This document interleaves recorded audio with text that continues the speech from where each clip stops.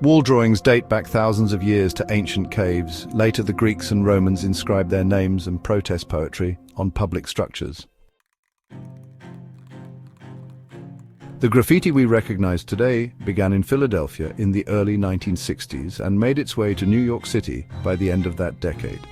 It exploded in popularity during the 1970s when individuals began leaving their names or tags on buildings throughout the city.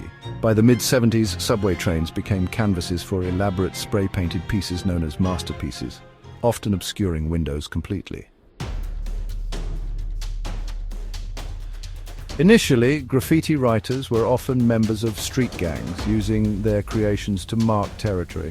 They worked in groups known as crews and referred to their craft as writing. The term graffiti was popularized by the New York Times and writer Norman Mailer.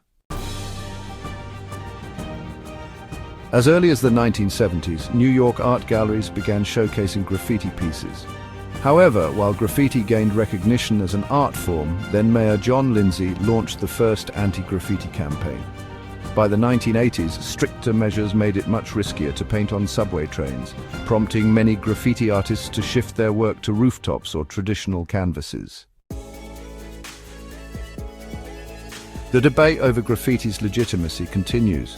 New York City Councilman Peter Vallone believes that graffiti with permission can be art, but unauthorized graffiti is a crime. "Your freedom of expression ends where my property begins," he famously said. In contrast, Felix, a member of Berlin's Reclaim Your City movement, argues that graffiti empowers the public by reclaiming urban spaces from commercial advertisers, adding vibrancy and a sense of freedom to cityscapes.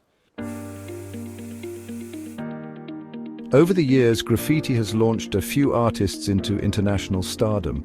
Jean-Michel Basquiat started as a street artist in the 1970s before becoming an acclaimed figure in the art world. Similarly, figures like Blek le Rat of France and the UK's Banksy gained fame for their intricate stencil designs, often laden with political or satirical messages. Banksy's pieces have even sold for over £100,000, illustrating how graffiti has evolved into a lucrative industry. From ancient cave drawings to high-priced auction items, graffiti's journey has been one of controversy, creativity, and cultural impact.